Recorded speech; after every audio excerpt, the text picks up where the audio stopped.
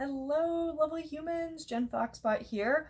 This video is an unboxing video of some parts that I bought to help me write my book. Well, that's my excuse anyway. All right, so let's take a look at what's in the box from Adafruit. Yay! Okay, so here are the things. We will go through one by one and I'll talk a little bit about what they are and what they do. Okay, here we go. A PIR sensor, passive infrared, basically like security lights. This is, ooh, I'm so excited about this. A film that allows me to see magnetic field lines. Yes.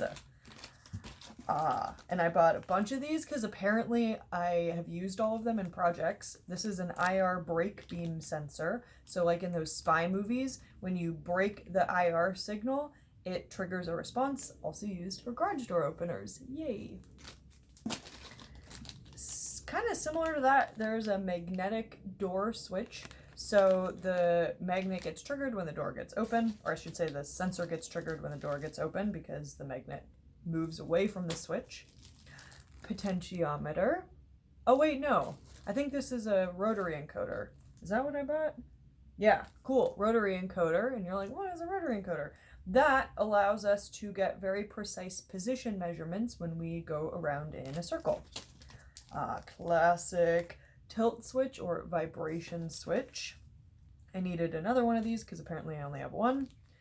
Oh, cute! A thermistor or a temperature sensor that varies resistance based on temperature. Classic Hall effect sensor, which is a sensor that can detect changing magnetic fields. More IR brake beam sensors because I love them so much. And more. I think there were two different kinds that Adafruit had and I wanted all of them.